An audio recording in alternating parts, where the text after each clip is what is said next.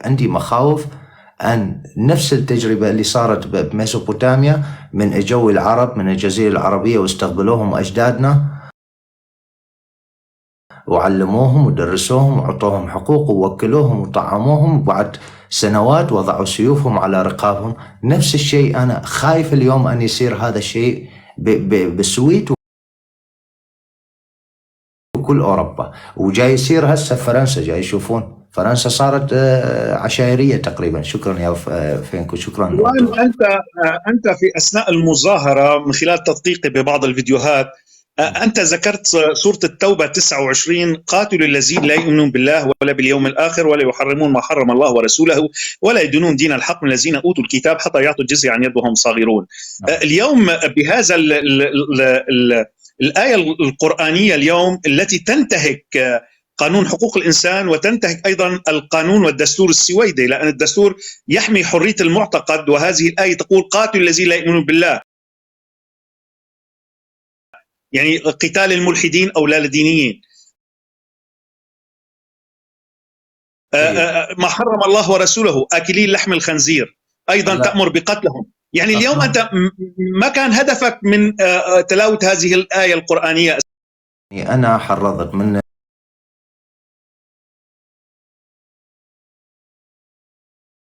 مواطنين ومن شرطة نفسها وجهت تهم لي أنه أنا حرضت ضد عرق، ولكن أنا بالمحكمة هذه القضية راح تقلب ضدهم، لأنه راح أخذ معي القرآن والآيات والتفاسير وأحضر للمحكمة ومع محامين طبعا. كل هذه الآيات راح أشرحها للمحكمة وأبين لهم أنا عن شو كنت أحكي عن هذه الآيات، آيات القتل والإرهاب. حبيبي أوتو جاي أصعدك وما جاي تصعد أخلق، خلي أنزل المحكمة هي نعم، لأنه جاي يقبل الجستات. المحكمة هي ممكن نحن نستثمرها بطريقة إيجابية لقلب الطاولة على الباطل ونضع الحق. يعني ممكن أيضا إعلاميا نطلب من الصحافة حضور المحكمة وإنشاء مقابلات معك. انتبهت أثناء المحكمة، وأيضا يجب أن تكون هناك الآيات اللي أنت اقتبستها، أيضا موضوع اغتصاب الأطفال اللي هي بسورة الطلاق واللائي لم يحضن، أيضا زواج محمد من طفل عائشة. هذه الأمور كلها يجب أن تلخص. يعني المسلمين بعتقد ارتكبوا خطأ كتير كبير بمحاولة تقديم دعاوي ضدك بحجة العرق. انتبه اني عم بيحاولوا يلعبوا على وتر اكثر، مع انه انت صرحت ونحن صرحنا جميعا انه نحن نحب المسلمين، مع ان انت حتى في المظاهره قلت انت تحب المسلمين. مشكلتك مع الاسلام والقران. بالضبط، قلت لهم حبايبي، ناديتهم بحبايبي. ولكن تعرف عدد البلاغات اللي صار ضدي ولا ما تعرف؟ تصير انا متوقع هذا الشيء كما فعلوا مع راسموس. 37 بلاغ للآن في ضدي. أنا بستقبل كل البلاغات ومن حق أي شخص يقدم بلاغ، ولكن أنا أوتو جاي أقبل قستك وما جاي يصير. ما أعرف شنو موضوعك أوتو، ما أعرف. سامي بس طالب قسط. كلهم جاي أقبلهم، ما جاي يصير أخلوقه. يمكن صوت من عندي، خلي أنزل الكول إذا هاي وأرجع أخذ القستات. ما أعرف شنو فوق كنا سامي فوق. خلي أنزل الكول واطلبوا القستات. شوف صوت من عندي هو. كبسوا حبايبي، كبسوا، بدنا نوصل 1,000,000 وادعموني وشاركوا. ادعموني لأن وراي قضايا كتير حقيقة، يعني وراي محاكم وراي أمور كثيرة، فأنتوا لا أتمنى منكم ما تتركوني لحالي.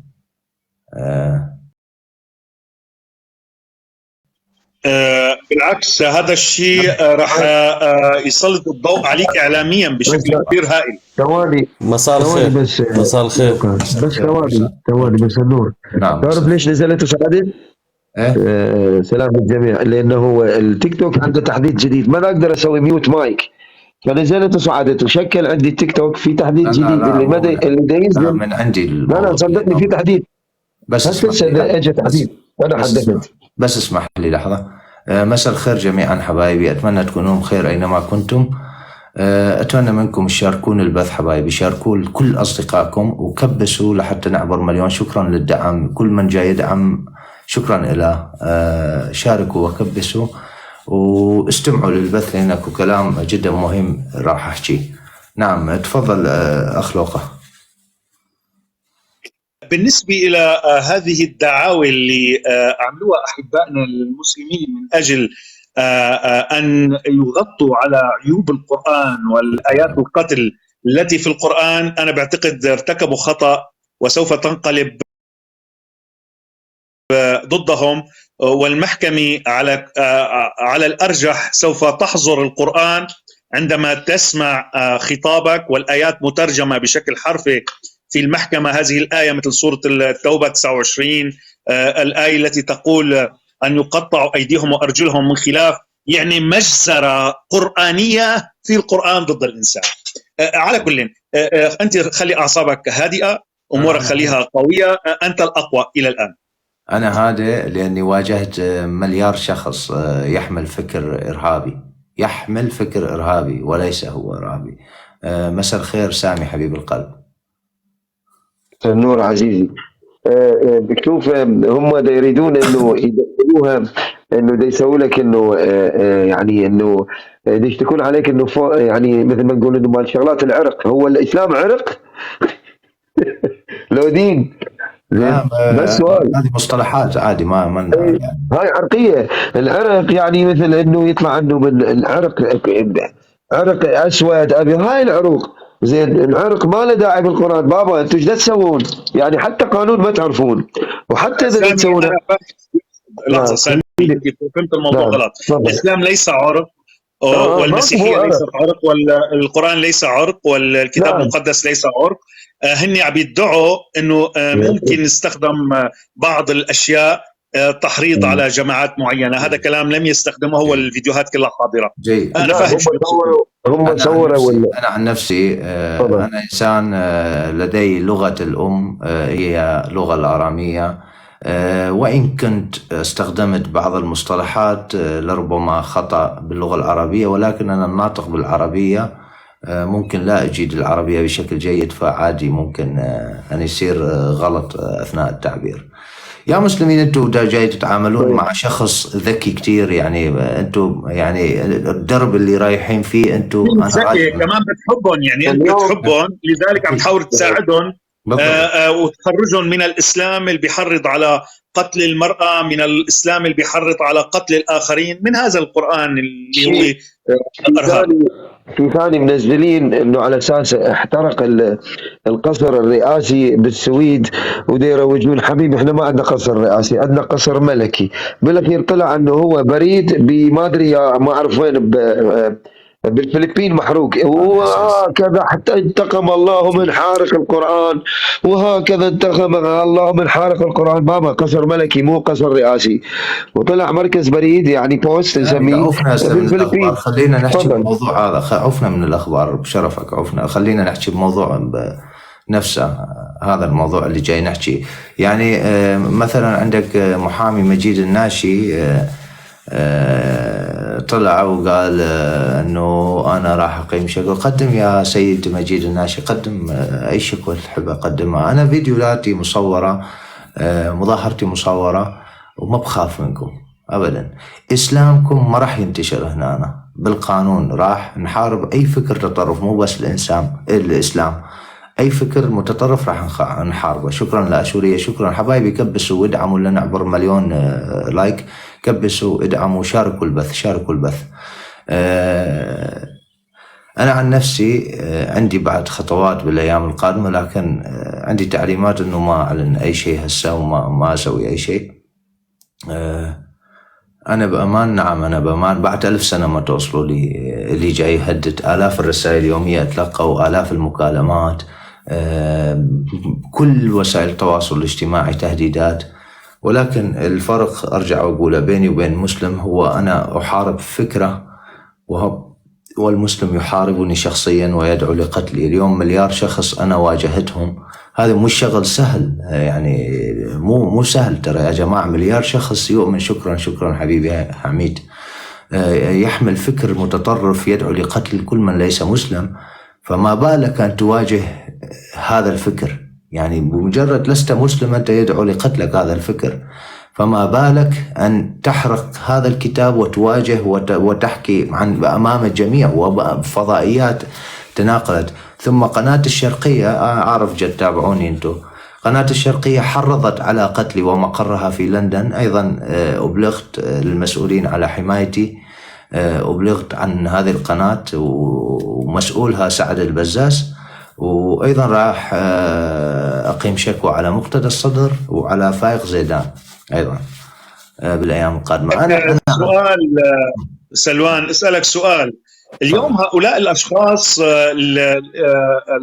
الإسلاميين الذين رفعوا دعاوى عليك بحجة التحريض على عرق، سؤالي هنا، هم جميعهم أغلبهم من أحبائنا المسلمين ومتجنسين السويدة، لماذا لم يقيموا دعوة على الغوغاء التي قاموا الإرهابيين الإسلاميين في العراق باقتحام السفارة السويدية اللي هي سفارة بلدون؟ هؤلاء ولاءهم لمن؟ للسويد أم للقرآن؟ هذا هو السؤال. هو القرآن 100% ما تقبل غلط، لذلك هذا السؤال راح أسأله أيضا بالمحكمة. وشيء ثاني يعني بنشوف نحن انه موظفين السفاره هربوا من السفاره وعرضوا حياتهم للخطر من الاسلاميين، لماذا لم يتكلم هؤلاء عن الذين حطموا السفاره السويديه في العراق لكن يريدون ان يحطموا حريه التعبير والديمقراطيه والدستور السويدي من الداخل؟ تفضل. ما أعرف أخلوقه بصراحة. أنا أشك بولاء هذه المجاميع، ما راح أذكر أسمائها، بولائهم للسويد اللي جاي يترعرعون بيها. يعني حتى رئيس صحيفة يورو تايمز هو من أصول عراقية، يروج لأنه العراقيين، وفرحان أنه العراقيين اقتحموا سفارة السويد وكسروا هذه، وهو فرحان على منصة تويتر. أنا أعتقد أيضا سلوان بعد مدي يعني من هون لشهر أو شهرين ممكن أن لا تصل هذه الدعاوي إلى المحكمة، رح ترفضها الشرطة ويقولوا أنه ما في مبرر، لأن المظاهرة ابتدأت وانتهت بإرادتك، الشرطة لم تنهي المظاهرة، فلا يوجد أي خطأ في المظاهرة. الشرطة رفضت 21 دعوة منها أخلوقة، جاي لي كلها أمور يعني هذه. فأيضا راح القادم راح يرفض، لأن الشرطة عم بتورط نفسها. ونصيحة يعني لأحبائنا الشرطة في السويد، يعني شوي كما قلت من الأجدر على هؤلاء الإسلاميين المتجنسين السويدة أن يكون ولاء للسويد، وأن يدينوا وأن يقيموا دعاوي على من اقتحم سفارة وطنهم السويد وحاول رعب وترهيب موظفيها في العراق. فهذا كان من الجدير. هذا يؤكد أن هؤلاء الناس ولاءهم ليس للسويد وليس لدستور السويد، بل ولاءهم للإسلام ولدستورهم القرآن. والدليل أنهم يدافعون ويحاولون تلفيق التهم لسلوان بهذه الطريقة، لكن الأمور سوف تكون ليست كما يقال تزرق السفن بحسب. أوكي تفضل. العفو أخلوقة. أنا بعد أي شخص يوجه اتهام لإلي في حال ما قدر يثبت، هو ما راح يقدر، بعدها راح أفوز بالمحكمة، بعدها راح أقيم رد اعتبار عليه، دعوة رد اعتبار أنه شهر فيه وشوه أو وجه لي التهم باطلة وما قدر يثبتها، وأنا راح أحاسبه قانونيا. تعلموا من تقيمون دعوة، كل شخص يقيم شكوى، إذا ما فيه يثبت ويطلع بريء الشخص، في دعوة اسمها رد اعتبار قانونيا. فشنو التضرر اللي مثلا وقت؟ شكرا يا روني، شكرا لأشورية، شكرا حبايبي. ادعموا وكبسوا وشاركوا حتى نعبر النص مليون. كبسوا وشاركوا البث. هيك راح أساوي. خلونا ناخذ الأخ برزان. شكرا يا روني، شكرا حبيبي. مساء الخير حبيب القلب برزان، شلونك؟ نور العالم انت صاير حبيب القلب انت. قبل شوي حكيت فيها الشيخ سامي، لكن الحكيات يطلعون يعني حكي على واحد، هم ما يقدرون اي شيء يسوون، هم كتابهم هو نجس، لكن شي يقول لك لا نحن كتابنا ما بشي. اوكي، قدم على الواحد، يقدم على المحكمة وخليه يشوفون هم اذا كتابهم صح. هذا ما ينطبق ويا نظام اوروبا. اذا طبق هنا كالملحدين ولا دينيين ومسيحيين ويهوديين يزيدين كلهم هذول يقتلون انا باسم قبل كتابه. بعد ايام او لربما اسابيع. شكرا كردستان حبيبي، تحياتي لك. حبايبي كبسوا وشاركوا، كبسوا وشاركوا وادعموا. ادعموا. الفت انتباهك لشيء مهم جدا. نعم. بالقانون السويدي انت كطرف في المحكمه، انا مع انهم يقيموا عليك دعاوى لانه سوف تعكس عليهم. ان تطلب، يحق لك ان تدخل الاعلام الى داخل المحكمه وتكون النقل مباشر او مسجل. فهنا علينا ان نستخدم هذه الدعاوى لفضح ايات القرآن اللي انت تليتها اثناء المظاهره. فهنا نحن نقدر نوصل الرساله من خلال الاعلام، ايضا من خلال المحكمه نفسها نقدر نوعي المجتمع السويدي، وبتكون هادئ جدا وفي بروده اعصاب. انا بارد الاعصاب دائما. بس اهم شيء انت تطلب، تقول لانه يحق لك انت كطرف تقول على الاعلام ان يكون في الداخل والبث يكون مباشر، وتسمح للتلفزيونات بالدخول الى المحكمه. اكيد راح اسوي شيء، بس يقول واثق الخطوه يمشي ملكا. يعني شكرا حبيبي، شكرا سيبوا، شكرا حبيبي. كبسوا وشاركوا، كبسوا وشاركوا ادعموا لان انا صوتكم. انا ما سويت هذا الشيء لإلي فقط، انا سويته لكم كلياتكم، وراح اسويه بعد. كل تهديداتكم ما اشوفها. بس اريد اوجه كلمه يلي بعض المطارنه وبعض القسان يلي طلعوا عطوا بيانات. انا ما قلت امثلكم، تقولون ما يمثل قوميه وما يمثل. انا قلت انا امثل نفسي وامثل الاحرار، وامثل كل ايزيديه تم اغتصابها، امثل كل مسيحيه تم اغتصابها. وهل انتم، انا اسالكم، وهل انتم يعني سويتم استبيان، افتريتم على المسيحيين كلياتهم وسالتوهم سلواني مثلك ولا لا؟ يعني ما ممكن ان تحصر التمثيل فيك او سلوان. سيبك منهم سلوان، سيبك من الذميين. لا بس رساله كانت يعني ما ممكن ان تنفي. سيبك منهم، حكينا كثير عنهم. وهذا الكاهن اللي عم يحكي بطريقه غير لائقه ضد الدستور السويدي، حكينا نحن وسامي بالموضوع، ما بدنا نرجع نفتحه. بالنسبه للبوليس انميلا اللي عم يعملوه عده اشخاص